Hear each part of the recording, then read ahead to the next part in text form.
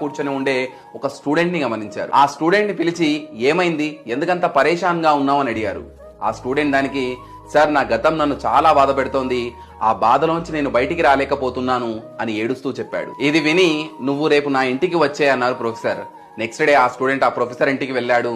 Professor తనే స్వయంగా షికంజీ అంటే నిమ్మరసం చేసిచ్చారు.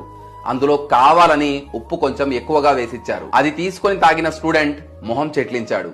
ఏమైందని ప్రొఫెసర్ అడిగితే ఇందులో కొంచెం ఉప్పు ఎక్కువైందని చెప్పాడు. అరే అవునా, ఇటువు దాన్ని పడేద్దామన్నారు ప్రొఫెసర్. అయ్యో ఇంత దానికి పడేయడం ఎందుకు సార్, దీనిలో కొంచెం చక్కెర వేస్తే ఉప్పు ఫ్లేవర్ ని తగ్గించొచ్చు అన్నాడు స్టూడెంట్. ఎగ్జాక్ట్లీ ఇదే నేను మీకు నేర్పించాలి అనుకున్నది. పాస్ట్ లో ఉన్న చేదు జ్ఞాపకాలు మీ లైఫ్ ని నరకం చేస్తుంటే ప్రజెంట్ లో హ్యాపీగా ఉండి కొద్దిగా దానికి తీపిని యాడ్ చేస్తే గతంలో ఉన్న చేదు జ్ఞాపకాల్ని ఈజీగా తీసేయొచ్చు. అంతేకాని ఎప్పుడో ఏదో జరిగిందని లైఫే వద్దంటే ఎలా? గతాన్ని